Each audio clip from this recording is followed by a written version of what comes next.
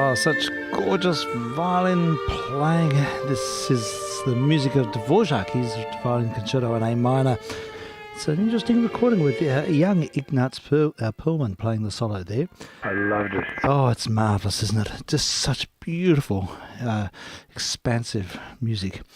So look, Frank, I'm...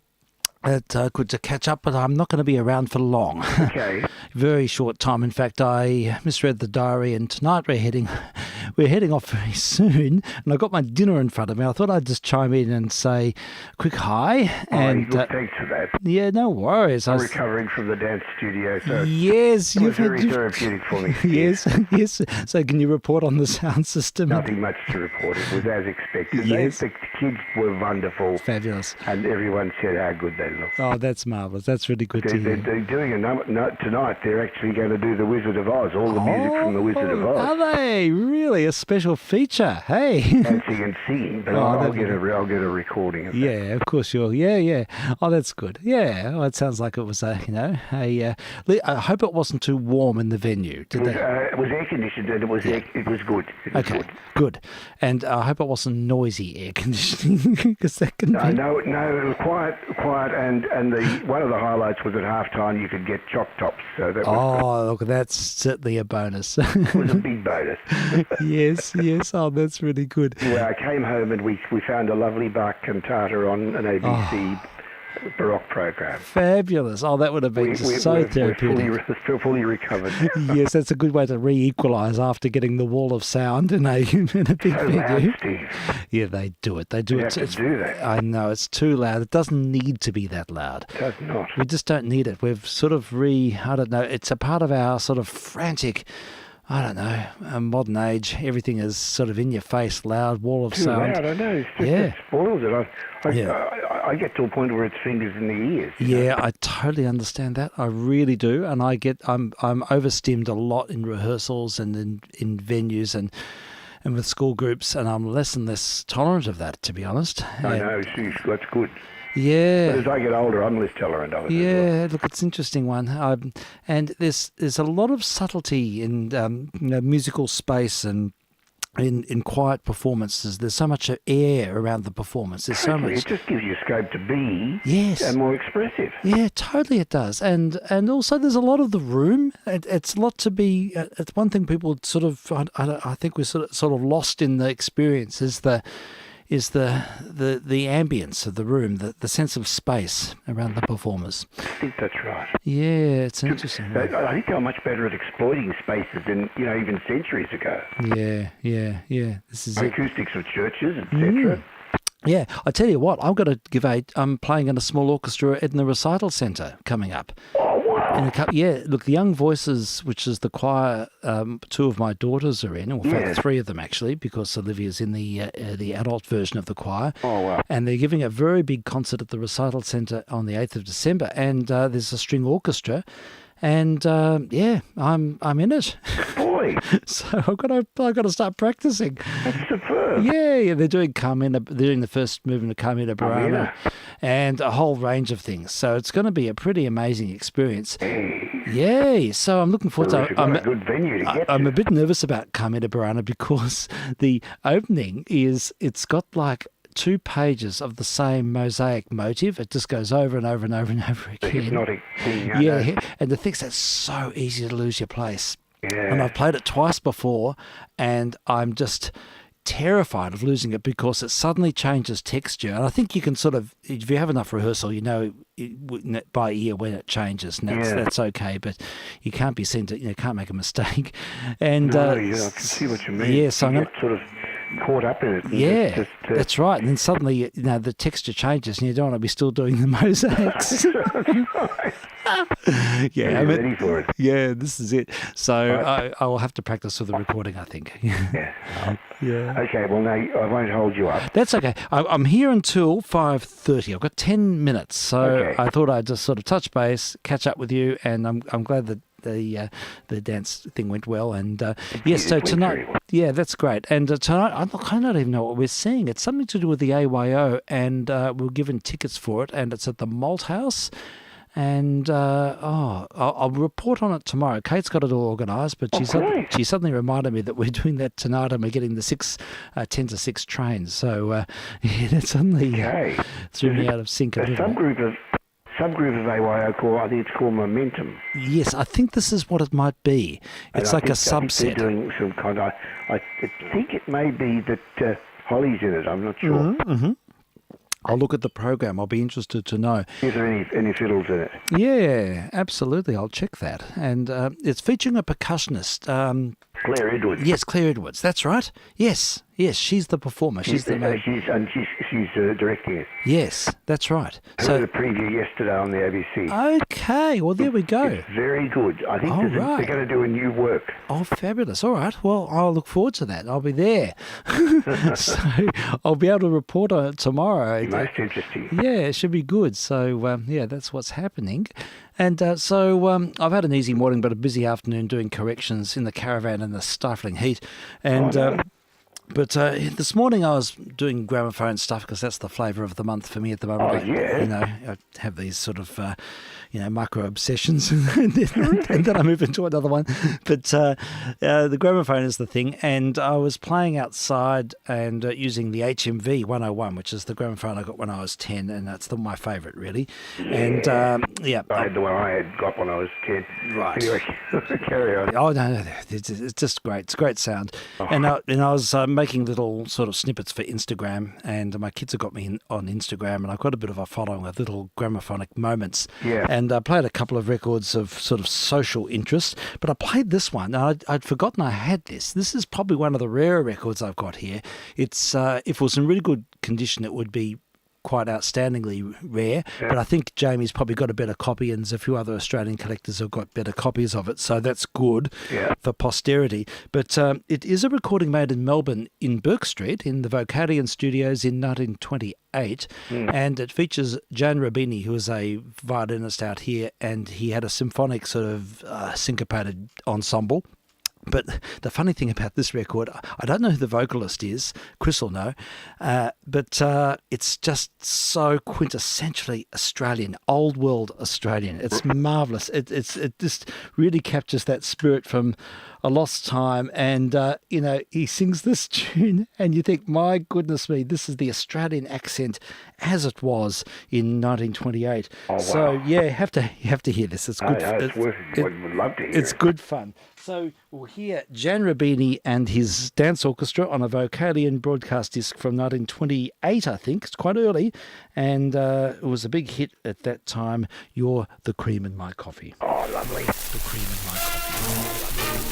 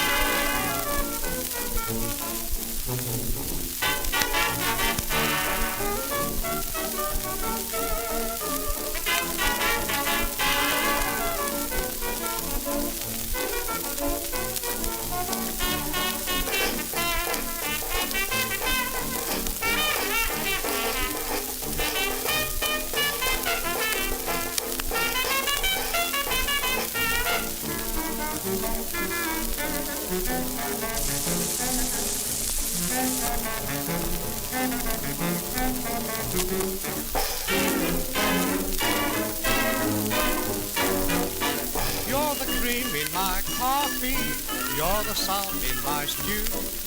You will always be my necessity, I'd be lost without you.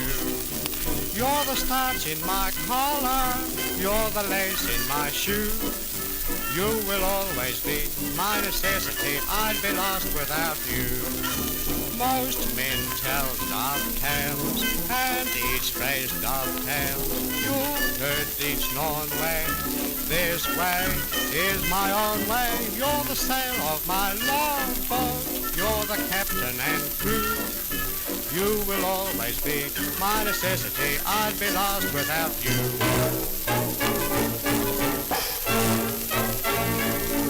She's a cream in my coffee, doggone boy, and she's a nail in my shoe. She will always be my necessity. I mean, telling me, boy, she's a sneeze in my blue. She's a starch in my collar. I look out, boy, she's a black sheep in my flock. She will always be my commodity. That's all right, boy, but she's the hole in my sock. Most men tell love tales, and each phrase dovetails. I mean, tell me, boy, she don't like love tales. What that girl likes is cocktails. She's the sail of my longboat. Look out, boy, you're gonna have a wreck. She will always be my necessity. Oh, boy, she's a pain right in the neck.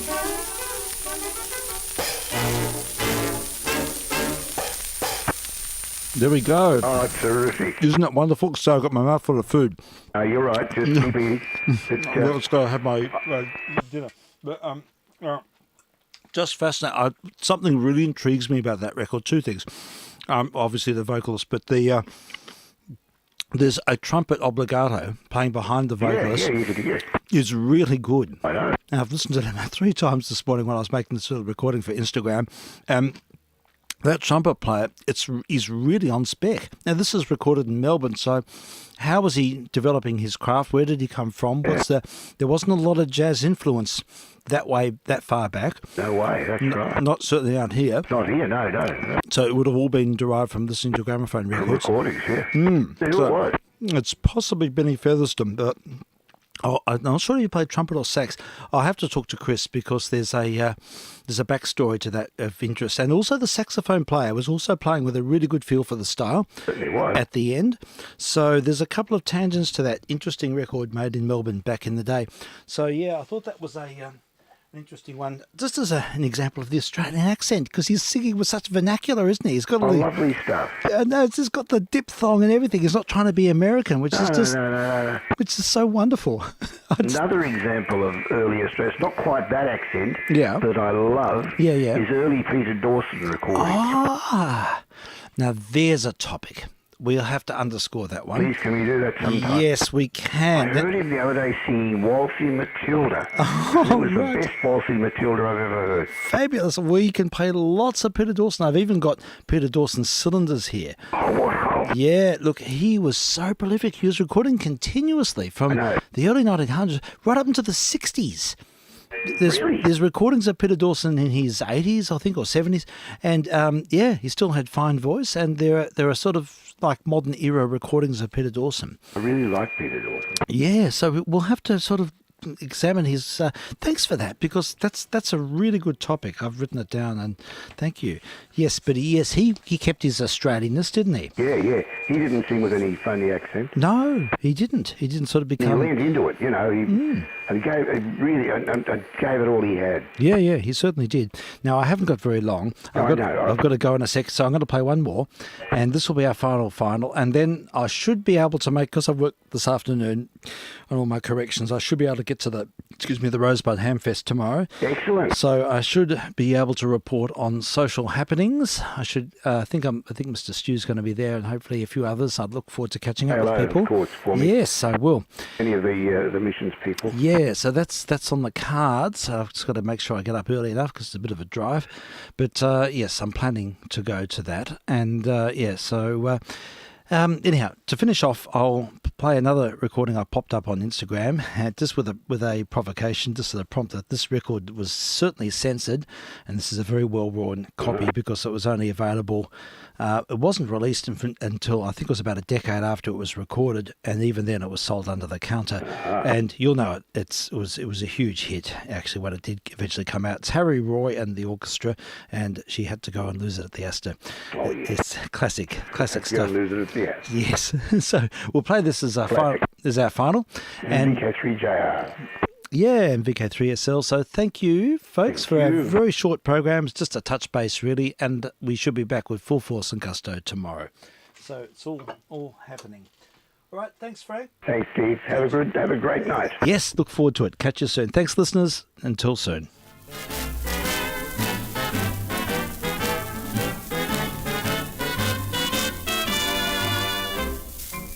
We'd like to tell you a story about a young girl, about 18 years old, about 5 feet 2, and about to go out. Now her mother, realizing it was her first time out with a young man, called her into the bedroom and said, "Minnie, you're all dressed up in your finery, your very best clothes, and you look beautiful. You're gorgeous. You're alluring. You look swell, baby. And now, Minnie, I want you to remember everything I've always told you. And above all, I want you to be very, very careful." But she had to go and lose it at the Astor. She didn't take her mother's good advice. Now there aren't so many girls today who have one, and she'd never let it go for any price. They searched the place from penthouse to the cellar, in every room and underneath each bed. Once they thought they saw it lying on a pillow, but they found it belonged to someone else instead. But she had to go and lose it at the Astor. She didn't know exactly whom to blame, and she couldn't say just how or when she lost it. She only knew she had it when she came. They questioned all the bellboys and the porter. The chef appeared to be the guilty guy, and the doorman also acted quite suspicious. But he coyly said, "I'm sure it wasn't I." But she had to go and lose it at the Astor. It nearly killed her mother and her dad. Now they felt as bad about the thing as she did. After all, it was the only one she had. They just about completed all their searching when the chauffeur walked up with it in his hand. All they did was stand and gape. There was Minnie's sable cape, and she thought that she had lost it at the